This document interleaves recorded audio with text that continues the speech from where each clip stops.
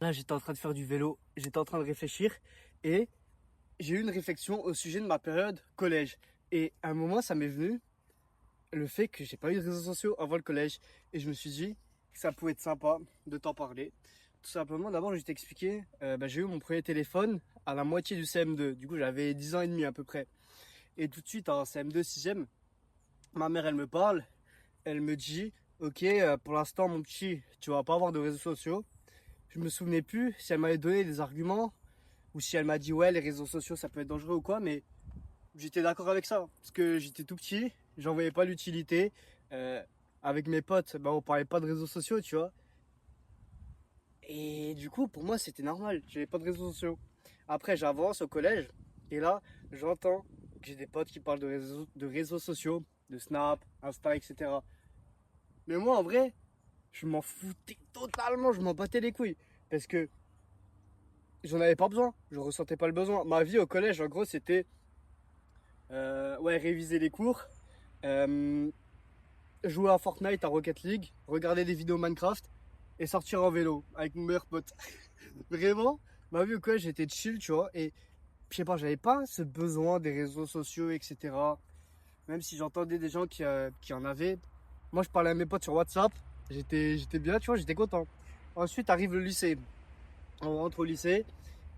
Et là, bah, bien sûr, ça continue de parler de réseaux sociaux, etc.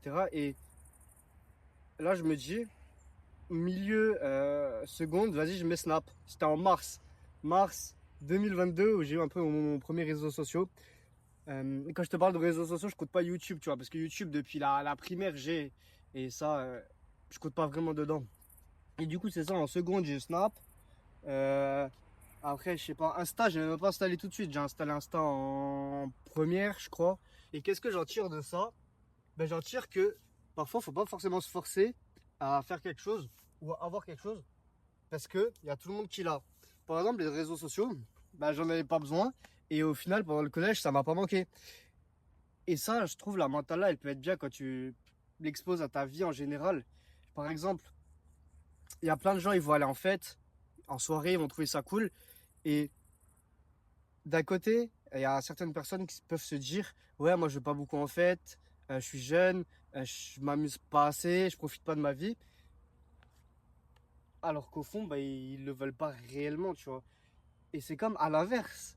Il y a des gens sur les réseaux sociaux, tu vois, ils travaillent, ils charbonnent, ils font tous les jours du sport, tous les jours de l'argent, ils travaillent beaucoup, beaucoup. Et tu peux te dire, putain, mais mon temps, je le consacre pas assez à travailler, à faire des choses productives. Et ça m'énerve. Alors qu'au final, tu le veux pas forcément, tu veux vivre une vie chill, ou du moins, tu veux pas travailler autant que ces gens-là. Et dans les deux cas, que ce soit l'univers de la soirée, de la fête ou l'univers du travail, tu peux avoir tendance à tout le temps voir des gens qui vivent cette vie, mais au final, tu le veux pas réellement. Et c'est ça, c'est important de comprendre que c'est pas parce qu'il y a plein de gens, ils sont comme ça, ils font ci, que toi, tu le veux vraiment. Et ça sert à rien de culpabiliser pour des choses que toi, tu veux pas. Après, comment savoir ce qu'on veut vraiment? Ah, je saurais pas te dire, je saurais pas te dire parce que moi, honnêtement, je suis perdu dans ma vie. Euh, En soi, je fais des vidéos, tu vois, pour petit à petit essayer de trouver ce que je veux faire, ce qui peut m'intéresser, euh, que je peux kiffer.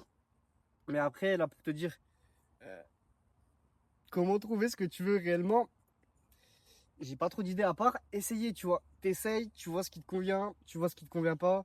Euh, voilà. Après, je te dis pas de tout essayer. S'il y a un truc vraiment qui t'attire pas, que tu veux pas essayer, tu vois, essaye pas. Euh, Par exemple, moi, je suis allé 2 fois en boîte avec des potes. Et déjà avant, tu vois, je savais que la boîte, c'était pas un truc qui m'intéressait spécialement. Mais je me suis dit, là, j'ai eu l'occasion. J'étais avec des potes que je connais depuis petit. Je me suis dit, vas-y, j'essaye. J'y suis allé 2 fois. Honnêtement, le moment dans la boîte, il n'était pas désagréable. Mais est-ce que j'y retournerai pour autant? Non, tu vois. Parce que c'est pas un truc qui m'intéresse. Déjà, l'alcool, j'en bois pas. Enfin, j'en ai bu quelques fois, mais pareil, j'ai essayé, c'est pas un truc qui m'intéresse. Après, essayer de l'alcool, tu vois, si ça t'intéresse pas de base, c'est pas bon. Parce que vraiment, en fait, ça, c'est un truc, tu vois, qui peut te rendre accro, un truc mauvais. Mais après, moi, je te dis, tu vois, moi, je l'ai fait et j'ai essayé. J'ai vu que j'ai pas aimé. Et heureusement, tu vois, j'ai pas été attrapé par ça. Mais moi, je te dis, tu vois, essaye des choses. Mais par exemple, la boîte, en vrai, j'en tire pas une mauvaise expérience parce que j'ai kiffé. Mais les moments que j'ai kiffé, c'était l'avant et l'après avec mes potes. C'était pas pendant le moment là, mais c'était l'avant et l'après, tu vois. La boîte, c'était juste un peu un contexte pour se voir et pour pendant l'avant et pendant l'après, pendant les trajets, etc., la soirée, ben, juste kiffer, être ensemble. Voilà, c'est ça. Essaye de tester des choses, d'essayer. Voilà, c'est un peu ça la leçon de la vidéo, c'est même si tu vois, je t'encourage à essayer des choses, si toi, t'es quelqu'un qui veut pas essayer, juste qui a sa vie qui te convient, ben t'es pas obligé d'essayer des choses. C'est pas parce que tu vois plein de gens sur les réseaux sociaux essayer de nouvelles choses que tu dois, toi aussi, essayer plein de nouvelles choses dans ta vie. C'est ça que je veux te transmettre dans cette vidéo. Pour finir, je voudrais te parler encore un peu de ma vie au collège. Maintenant que j'ai commencé, tu vois, dans le début de la vidéo. Euh, Avant, là, quand j'étais en train de rouler en vélo, je me suis souvenu qu'au collège, encore, j'apprenais mes leçons. J'étais investi à l'école. Ça a duré jusqu'en seconde. En seconde encore, j'étais investi, mais je commençais à plus trop m'investir. Et après, à partir de la première, en première, en terminale et pendant ma première année de BTS, j'ai rien révisé. Et donc, au collège, bah, j'étais bien assidu. Bah, j'ai eu la mention très bien au brevet. Et je me suis souvenu d'une expression qui s'appelle être un dodo cahier. Je sais pas si toi, t'avais ça quand t'étais petit, enfin quand t'étais petit, quand t'étais au collège. Je dis ça comme si ça fait 50 ans, mais ça fait quoi, 5 ans, 6 ans, 7 ans que j'étais au collège. Et en gros, l'expression dodo cahier, en mode, c'est l'expression pour les gens qui révisent, etc., ouais, qui sont acharnés dans l'école. Mais je me suis dit ça, là, ça m'est revenu. Et je me suis dit, mais en général, les expressions qui sont données aux gens là, c'est les expressions des gens qui travaillent et surtout, genre, qui participent à fond en cours. Et moi, j'ai jamais vraiment participé, j'ai jamais vraiment aimé. Euh, Toujours, je me suis dit, bah, c'est parce que je suis timide, parce que en public, tu vois, je suis pas forcément à l'aise avec d'autres gens, etc.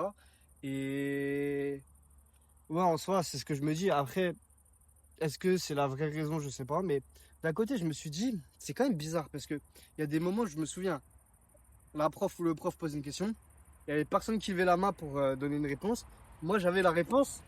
Je me suis dit, euh, ça peut être bien de le dire, mais en vrai, j'avais la flemme, je levais jamais la main.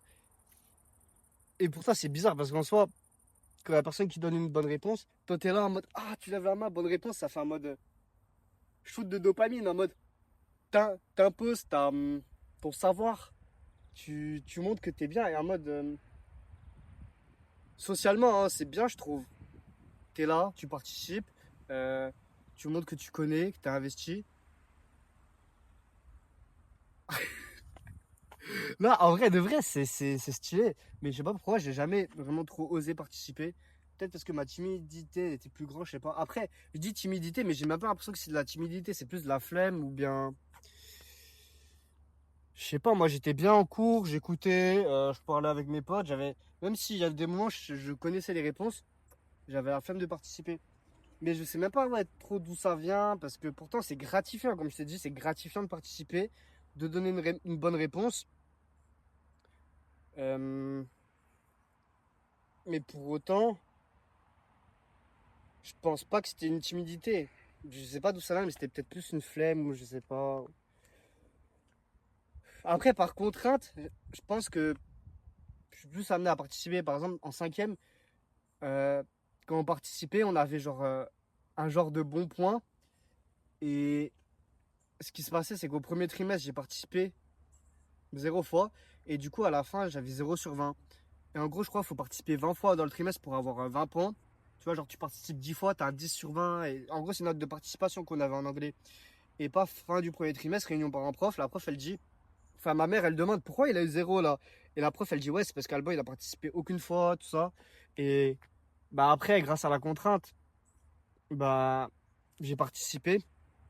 Ma mère, elle m'a dit, vas-y, t'essayes de participer au moins une fois par cours. Et c'est ce que je faisais. Là, j'avais un objectif.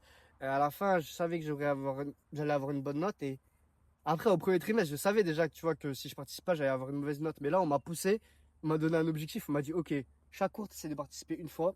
Et là, je participais. Et je sais plus si j'ai eu 20, mais je sais que j'ai eu genre t'as un 16, 18, tu vois, bien plus que 0. Et là, quand j'avais l'objectif de participer, quand j'avais plus une raison de participer, là je participais. Mais par contre, dans les autres cours, j'en avais rien à foutre. Et ouais, c'est ça aussi. Parfois, quand t'arrives pas à faire quelque chose, faut te trouver une raison. Mais pourtant, il y a des moments, tu vois, là, ça a marché, il y a des moments, ça marche pas. Par exemple, là, j'ai une raison forte de trouver une alternance. Parce que si je trouve une alternance, paf, je suis bien pour la rentrée et je peux commencer à chercher un appart. Et j'ai trop envie d'avoir un appart. Je t'épargne les détails dans cette vidéo. Parce que je t'en expliquerai dans une autre vidéo. Peut-être elle est déjà sortie, peut-être elle va sortir, je sais pas, mais je vais la tourner après normalement. Et la raison forte, c'est que j'ai envie d'avoir un appart. Et la base là pour avoir un appart, c'est que je me trouve une alternance là pour la rentrée. Et même comme ça, c'est une raison très forte. L'appart, c'est quelque chose que je veux beaucoup. L'alternance, j'ai la flemme. Ouais, l'alternance, j'ai la flemme de la chercher. Je sais pas. Peut-être la raison, elle est pas assez forte. Peut-être que même si j'ai une raison forte, du coup, qui est le fait que je veux me trouver un appart, ce que je dois faire, c'est tellement dur en mode de trouver une alternance, ça m'est tellement dur et j'ai tellement pas envie d'aller dans l'alternance que je mets pas les efforts en place. Je sais pas. Là, je sais pas, je vais pas donner de réponse là-dessus, mais sinon, je vais te laisser. Et attends, je te montre la vue. Là, j'ai vu le champ. Je me suis dit, ça peut être sympa de te filmer devant. Ouais, ouais, voilà, parfait. Comme d'hab, kiffe ta vie et vois positif.